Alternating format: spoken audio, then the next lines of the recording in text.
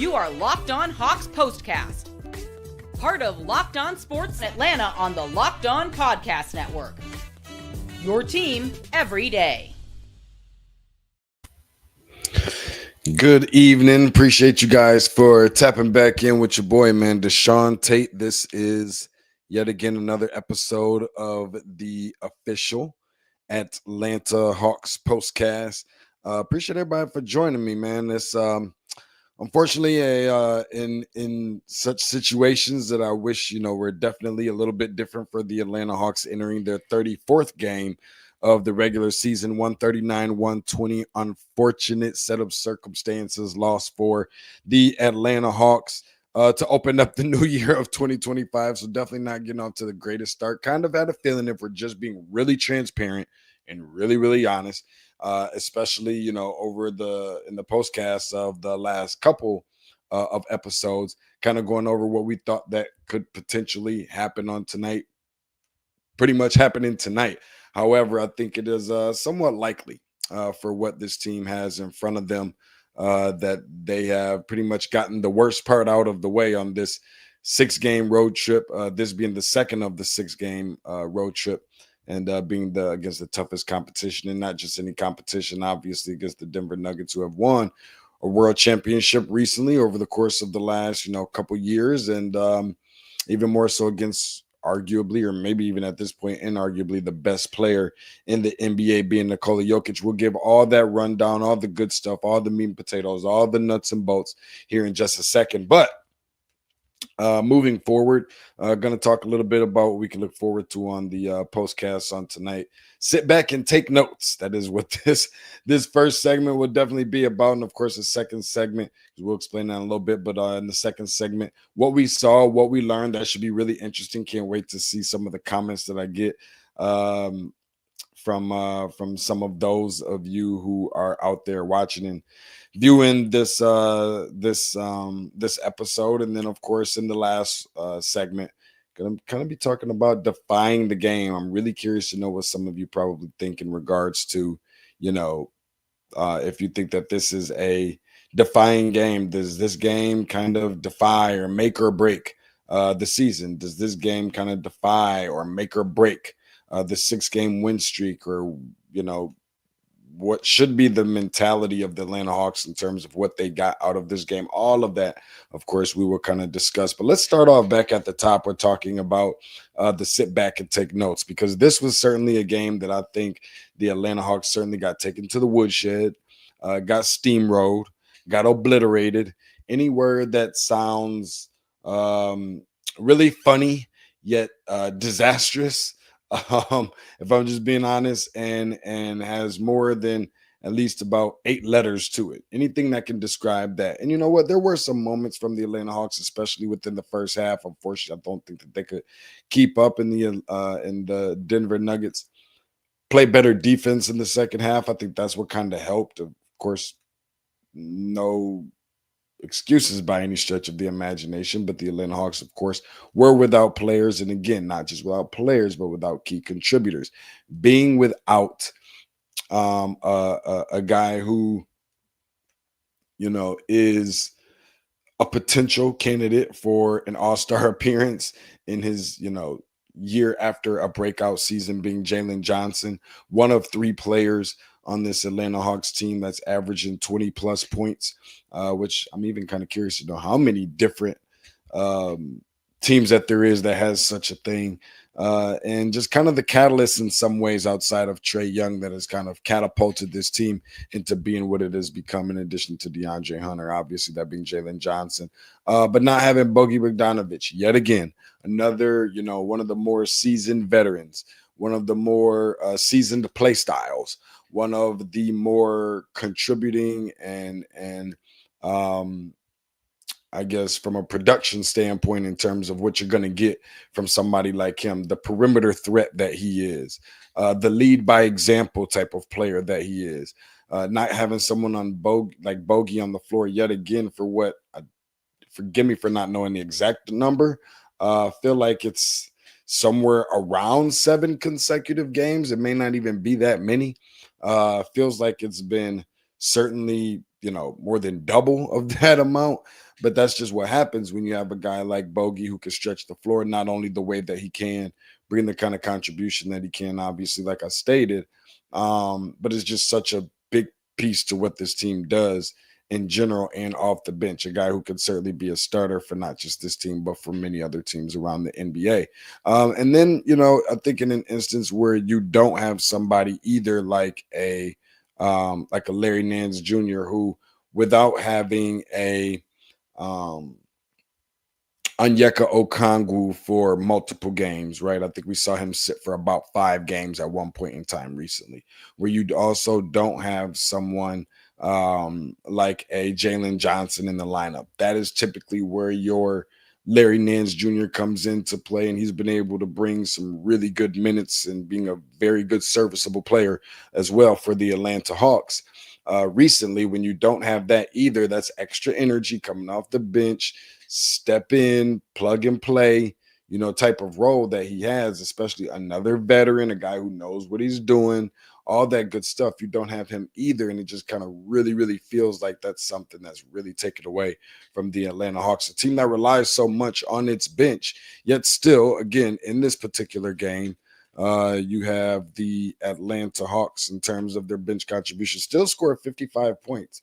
This is a bench still that, is averaging over 40 points a game, one of the best in the NBA, given 55. And I think one of the more impressive things for this Denver Nuggets team, it probably doesn't surprise anybody that, that they outscored Atlanta in the paint, an area where Atlanta has just been so good. And I'm not sure that having Jalen Johnson would have made the biggest issue in the world in terms of this particular category or department. 76-54 edge for the Denver Nuggets, of course, taking advantage of the Atlanta Hawks, particularly, like I said, in the second half. 14 turnovers for the Hawks, which is far too many. We talked about some of the keys to the game in which what was needed and necessary if the Hawks were going to win. Turnovers being kept to as bare of a minimum as possible was going to be very key for this team moving forward throughout the course and duration of this 6-game West Coast road trip. That's not something that really helped them a whole lot either. And then the fact that the Denver Nuggets shot 100% from the free throw line. We could talk about all the stuff that Jokic did. We could talk about all the stuff that Murray did, and Russ with a double-double, 16 points, 11 assists, only missed 1 shot. Joker, 23 points, 17 rebounds, 15 assists, 50% from the field, of course, 100% from 3 and 100% from the free throw line. All those numbers I know sound really crazy, but yet still this team 100% from the free throw line, I think, was something that was very beneficial for Denver, yet detrimental for the Atlanta Hawks, and certainly just added a little insult to injury and a little bit of fuel to the fire as well. Of course, as you already know, I always appreciate when people come through and shoot the breeze with us for a little bit. Appreciate my dude Jamal Martin coming in and say hopefully we'll get a full game effort on the next game on the next showing. Of course, prayer hands, me as well, you and me.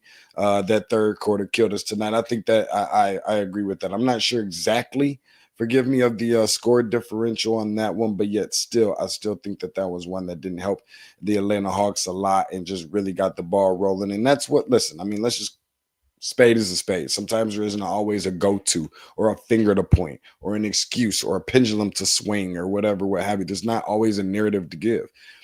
Good teams, elite teams, the best teams with the best players go out there and do what they're supposed to do. And the Denver Nuggets did that. And I think, we're looking at some of these different numbers, looking at Dyson Daniels on tonight coming back. I know he had been missing some time recently too. And how much of a concern, maybe we should even talk about that, is this, the injury issues and the injury bug, probably when we get to that to that second segment that's going to be coming up on the other side of the break.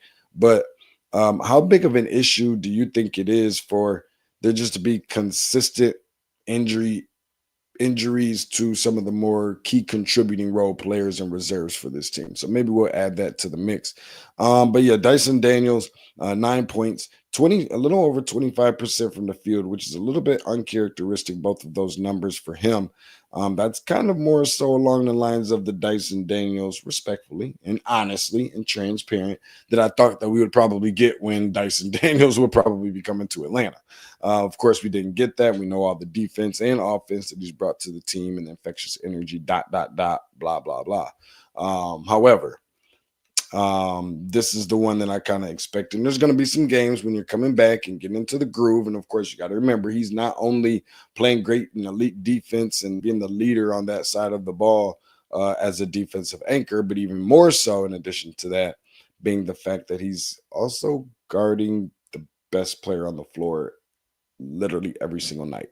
Like, if we're going back to it, I think on tonight he's defending Jamal Murray. And then, against Toronto, I think he's, if I'm just guessing, he's probably guarding, Scotty Barnes. And then, against Miami, of course, there's not Jimmy, but I think, he's probably guarding Tyler Hero in that situation, who's been playing really good. Against Chicago, he's guarding, these all of these best players, Memphis, Timberwolves, Ant-Man. I mean, you definitely got to give him some credit. There are going to be instances, without calling it an excuse, not everything is an excuse, but there are going to be instances where you do kind of have to cut the guy a break just a little bit. So let's make sure that we're really clear about that. A couple other things that kind of stuck out to me is Garrison Matthews. Being a guy who's kind of stepped in, like we always talk about, plug and play type of players. He stepped in for the Atlanta Hawks over the course of the last few games where you don't have a bogey coming off of the bench. And, you did have a Dyson Daniels who was banged up a little bit. We saw some time with Garrison Matthews stepping into the starting lineup, similar to tonight. And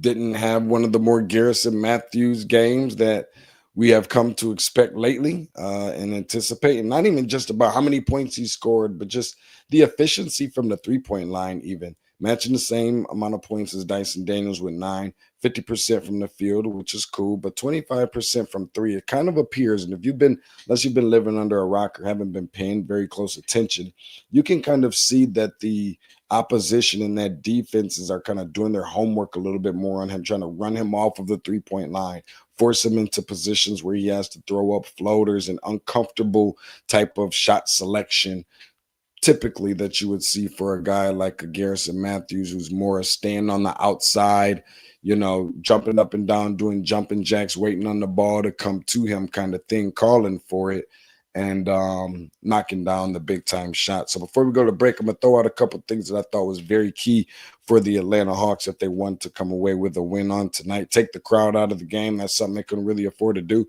I thought they did a fairly decent job at it, even throughout the duration of the game, certainly in the third quarter, with the way that Denver kind of amped up and ramped up its defense a little bit. You can kind of see that the crowd was kind of getting into it and kind of getting behind them. And sometimes that's like adding a sixth player on the floor at the same time.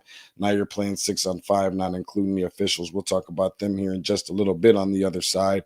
Don't lose sight of the others. Christian Braun and Julian Strawther were two guys that I thought were X factors for the Denver Nuggets. Christian Braun, 15 points, only 2 misses on tonight. He played fantastic, a former national champion from Kansas University. And then Julian Strawther, the former Gonzaga Bulldog, 13.6 rebounds, 50% from the field, which I guess isn't too bad for him at all. He's kind of one of those undersized, versatile Draymond Green built, what is the word that I'm looking for? I guess kind of tweener type, jack of all trades, can do multiple things well, maybe does nothing great type of player. 20% from three, that's part of the do nothing great, obviously, but Julian Strawther knowing how to affect the game and be productive on both sides of the ball and have an impact on the game in different ways, besides just things that show up on the stat sheet. So that was another thing for me. Obviously, the Atlanta Hawks didn't do a fantastic job at that. And even more so, something I call, to, make sure that they pack their track shoes for tonight to get up and down. Denver tends to allow their opposition to score comfortably. This is the number 1 and number 3 ranked teams in the NBA in terms of fast break scoring and getting out in terms of pace. And obviously in that particular department, the Atlanta Hawks was outscored 21-17 as a guy that we had mentioned before and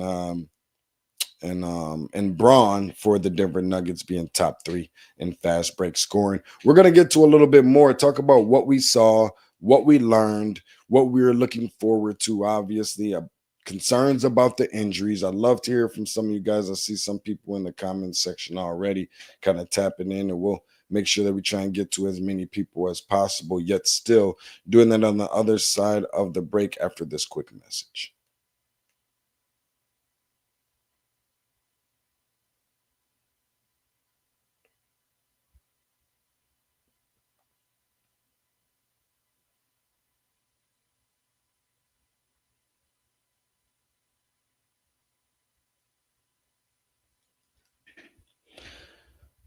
Today's episode of the official Atlanta Hawks postcast is brought to you by Rocket RX. If you're ready to boost your confidence and take control in the bedroom, Rocket RX has the solution. Imagine feeling more prepared and performing at your best. Rocket RX makes it simple and stress-free. Rocket RX offers FDA-approved treatments for erectile dysfunction at a lower cost than branded alternatives. No more uncomfortable doctor visits. Of course, everybody hates those. Pharmacy trips included. Everything is delivered straight to your door in discreet and plain packaging. With Rocket RX, you'll get trusted care from a real U.S. clinical team. Complete a quick 100% online consultation, and you could get your free prescription today. Just visit rocketrx.com to get started now. It only takes 2 minutes. 120 seconds, depending on if you went to private or public school. Makes no matter, still 120 seconds, still equaling 2 minutes. That's all that it will take to get started right now. Our listeners can get 40% off of your first order when you use the code LOCKEDONNBA. That's rocketrx.com, code LOCKEDONNBA for 40% off of your first order. Terms and conditions do apply. Rocket RX, better sex made simple.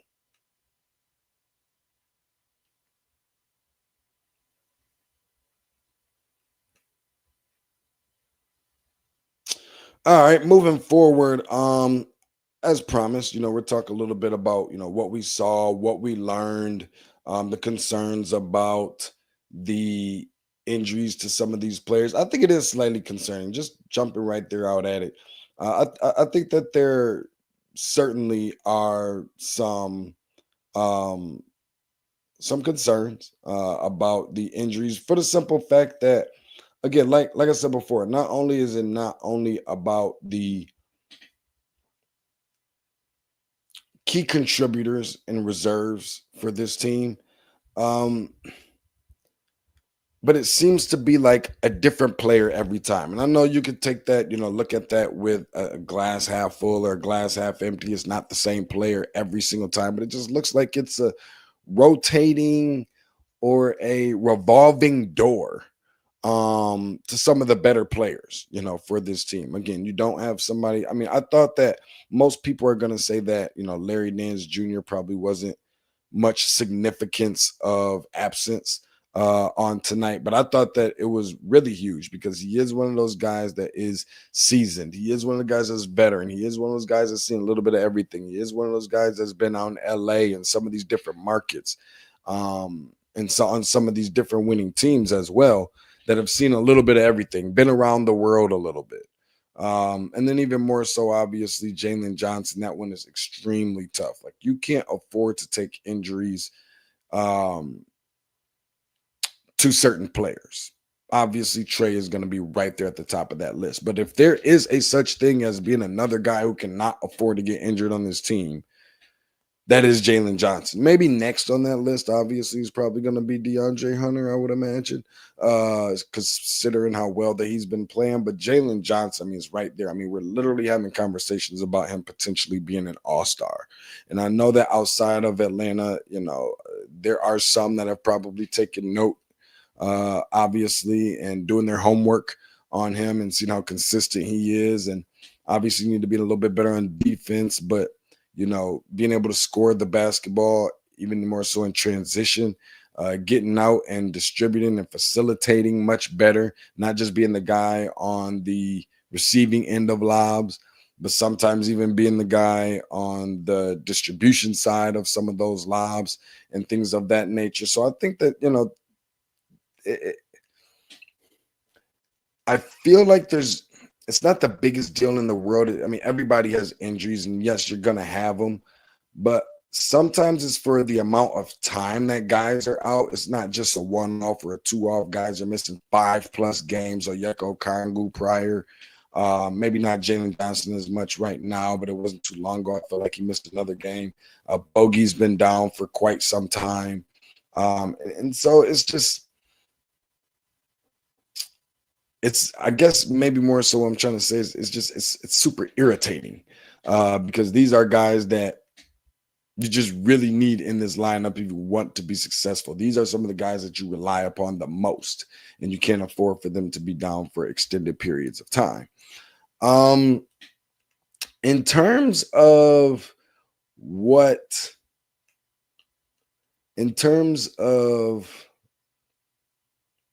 what we felt like we needed to see, right? What did you need to see in this game? And I'll just go ahead. I'll go first. I'll share mine. I feel like I needed to see the effort and the pride. And this kind of goes back to what we were just talking about with the injuries. Despite the injuries, right? I needed to see if they could still play the Atlanta Hawks brand of basketball that was competitive within, gotta say this, the Atlanta Hawks brand of basketball that made me feel like I still know what I'm going to get. Still a team that I know what the identity is, and I still need to see that identity on the floor regardless, no matter what, right? And I think that we did. This was certainly a team that I think sometimes is underrated for its play style versatility. It plays its own way. Like the Hawks don't always, of course, there's instances where they definitely do. And I think it's evident and clear when we do see it, but we don't always see where they get out of sorts. There are definitely more than enough games where we can go and say that they played their brand of basketball and refused to play anybody else's. They were winning. They were willing to live and die by the way that they like to play, right? So they know and have a really good feeling and idea as to who it is that they are. And I think that we saw some of that on tonight, where they know that they had to kind of change some things up a little bit, having a clear understanding, or overstanding rather, as to how Denver likes to play. So a great job by head coach and Quinn Snyder by being really aware of what this team needs to do and how they need to play if they want to come away with the win, as difficult as that was going to be regardless. But they knew that, they weren't shy of letting it fly. That's what I like to call it, being shy of letting it fly.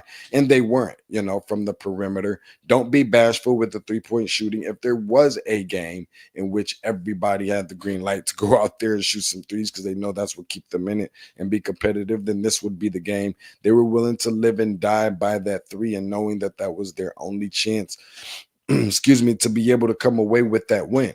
And I think that they did that. And I just need to see them win, lose, or draw, play with some pride, show us Atlanta Hawks style brand of basketball, be versatile, switch some stuff up every now and then, because you do have to play to your opponents to some degree.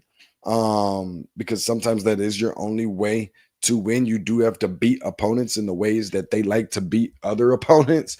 And I think that's something that the Atlanta Hawks did. They just didn't have enough. They didn't have the horsepower. They didn't have the firepower, things of that nature. And they ran up on a better team, not just a better team, but a team that has 2 of 5 players with the most triple doubles all time. That is Nikola Jokic and Russell Westbrook. And obviously, for this being a team that when the Atlanta Hawks was on a 6-game winning streak, their most of the season, the Denver Nuggets was the team that put them down and prevented them from getting number 7. And even more so on tonight, they're coming into the game on a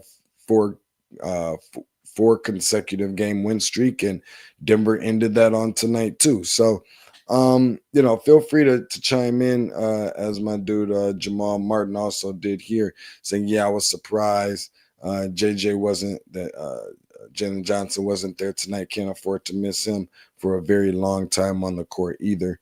And definitely couldn't have said it better myself with saying that. But I want to give some credit to the underrated play style and the versatility and just the consistency from the Atlanta Hawks, especially shooting three. If we move forward just a little bit more, before we go to the break, definitely want to get this question out of the way to some of those of you who are out there watching, talking about what we learned on tonight. And I'm not sure we learned a ton about this Atlanta Hawks team tonight. I'm not sure that we learned a ton about or would have learned a ton about what they could have done differently. You run into a buzzsaw, you're on the road, it's hard to breathe, you're a mile high up, like the oxygen is at a minimum, all of these different things, you're without players. But I still want to see what was that one takeaway. And I honestly kind of had a difficult time with this one, trying to find something that I learned. But I was able to come away with something. And I think that it may be probably like a elephant, maybe not an elephant in the room, but it's probably like Captain Obvious, honestly. But if Atlanta wants and plans to in the future compete with some of the best teams in the NBA, it's going to need to get some kind of versatile balance in the front court. Guys that know how to equally play offense and defense consistently, persistently, each and every single night. Even if that's not the greatest offensive player and the greatest defensive player. I don't think they can always continue to just keep on having a guy that is number one, primary focus being defensive base, Clint Capella, Yucko Kongu, blah, blah, blah. Two guys one guy that they drafted, the other one that they brought in, with that defensive mentality, which is great because we know that you need defense. We know that you need rim protection and other things, but you got to be able to have that offensively skilled, especially in a world today or in a with this new generation and new era, new brand of basketball that's being played, where you've got guys over 7 feet tall. And I'm not just talking about Wemby, because everybody's, we're never going to see Wemby in a Hawks uniform probably, but even more so, I think just the fact that with the style of play and the international style of play and the way that this game is kind of evolving into bigs, being able to have more of a green light offensively from a perimeter threat standpoint. You got to be able to have more than an Onyeka Okongwu, who is a slowly developing, I shouldn't say slowly developing. It feels slowly developing. Maybe it's fairly consistent developing 3-point shot from the outside. And of course, not that you want Capella out there taking a lot of those either, because I don't think everybody wants to see what I had for dinner tonight. But yet still, you got to have that somebody who's not just the main primary defensive rim protecting guy, but can't get anything much on offense, or the all offensive guy, but can't really bring anything on the defensive side of the ball. Even if it's just a 50-50 type of guy, you got to be able to have that player. Unfortunately, not that I learned that on tonight, but certainly that I learned that if it wasn't more evident that they don't have that happened on tonight. Onyeka Okongwu and Clint Capella combining for 13 points and 14 rebounds. If nothing else, for those particular guys, those should be stat lines that one of them should be having for themselves, not combining for that. So we'll talk a little bit about what type of defying game that this was, if it was one, for the Atlanta Hawks on the other side of the break, as we get ready to close things out. Again, regular season game number 34 in the books now. The Atlanta Hawks, Denver Nuggets 139-120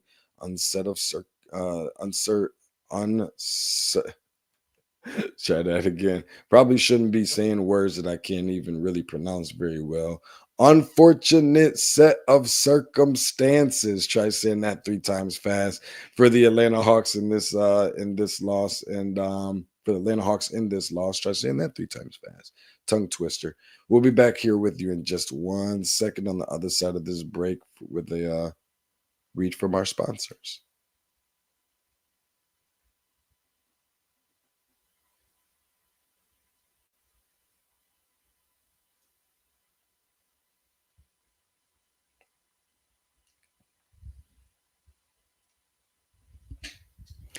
Did Rocket Money help you find any subscriptions you forgot about or that you were paying for twice? That definitely happened to me. I had a few subscriptions that I didn't even realize I was still paying for, and Rocket Money made it so easy to track them all down. It's like having a personal assistant for your finances. This is DeShaun Tate, host of the official Atlanta Hawks postcast, where this segment is brought to you by Rocket Money. By Rocket Money. Rocket Money is a personal finance app that helps find and cancel your unwanted subscriptions, monitors your spending, and helps lower your bills so you can grow your savings. Everybody loves savings. It brings everything together in one place, whether it's subscriptions, your spending habits, or even the goals you want to hit this year. Rocket Money has over 5 million, not 4.99, 5 million users and have saved a total of 500 million, not 499 million, but 500 million in canceled subscriptions, saving members up to $740 a year when using all the app's premium features. For me, one of the best features is the subscription tracker. I've used it to cancel several services I wasn't using anymore, and I've already saved a ton.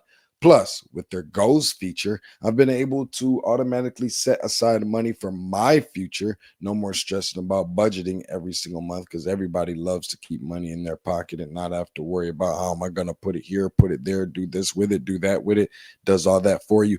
Cancel your unwanted subscriptions and reach your financial goals faster with Rocket Money. Go to rocketmoney.com/LockedOnNBA today. That is rocketmoney.com/LockedOnNBA/locked on. Let me try that one more time. That's rocketmoney.com/locked on. Rocketmoney.com/locked on.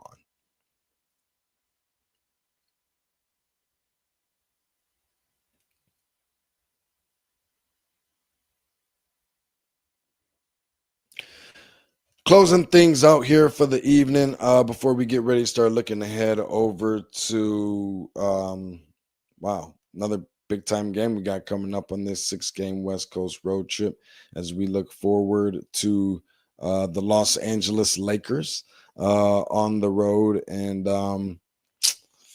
getting another crack at LeBron. I know that they're going to be kind of looking at some revenge from a few weeks ago when we saw a game, but that the Lakers probably kind of needed. Of course, a team that kind of started out really hot at the beginning of the season. It was looking really good, especially under new head coach and JJ Redick, and has kind of taken a little bit of a back seat. And I'm just curious to know, I think that there's still an Atlanta Hawks team that's definitely going to have to focus on bringing it strong. Can't afford some of the things on tonight. Got to start tightening up on some of the turnovers and so forth. But it's a winnable game. And I think it was one of the more winnable games on this road trip outside of the Utah game that is coming up and outside of the win over Toronto a few nights ago. But they couldn't afford to let what happened on tonight, as you can see here, a steamroll and open up the 2025 calendar year, to impact them in such ways that it's making or breaking their season. I don't think that it's going to go quite that far, but making or breaking their road trip. I think that they still need to kind of focus on having a good balance between this is just another game and taking it a little bit personal because we went out there and we got the snot beat out of us pretty much, essentially. So I think that that's very important to kind of take it as a lesson learned. We know exactly what, Denver was coming in. We learned a lesson in terms of what it takes to be a well-oiled machine and be able to win games with really, not only really good players, but really good coaches and role players. Everybody knows what it takes because some of those guys are still remaining there on that team from one that won a championship. So it's just more so a learning experience in terms of just being able to witness firsthand and have a blueprint set out there to be able to say, I saw that, I conquered, exactly knowing what it takes, what it took to be on the floor with this exact same team some of the biggest takeaways that you can go back into the locker room on tonight, go into film sessions on tomorrow, and then take that into the Lakers game, obviously against a team that against the Los Angeles Lakers that I think is kind of vulnerable in some ways. Appreciate Jamal Martin and any and everybody else that tapped in with us. Yeah, the pride for me for sure, and continued to build winning habits as well. Still a very important piece for this Atlanta Hawks team. Coming up in, 24 hours, a little bit less than 24 hours, we'll get a chance to see the Atlanta Hawks and the Los Angeles Lakers and LeBron James and Anthony Davis, and see if they can find an answer for Anthony Davis. Not really sure how confident I really feel about this particular team without Jalen Johnson, but who knows? We'll see. Might be a possibility. We'll be able to have him back. Make sure that you go and check us out on social media. Feel free to tell a friend to tell a friend. Give us a follow. Feel free to ask maybe even some questions. Always love the enthusiasm and the interaction with everybody that's watching. Also, the Locked On Hawks postcast. I'm sorry, the Locked On Hawks with Brad Rowland, who does a fantastic job for us as well. Make sure that you go and give him a follow. Always great content from him. See you guys in the next in the next 48 hours, taking on the Los Angeles Lakers. Fingers, toes, eyes, T's, and everything crossed that we come away with the win. Signing off, DeShaun Tate, the official Locked On Hawks postcast.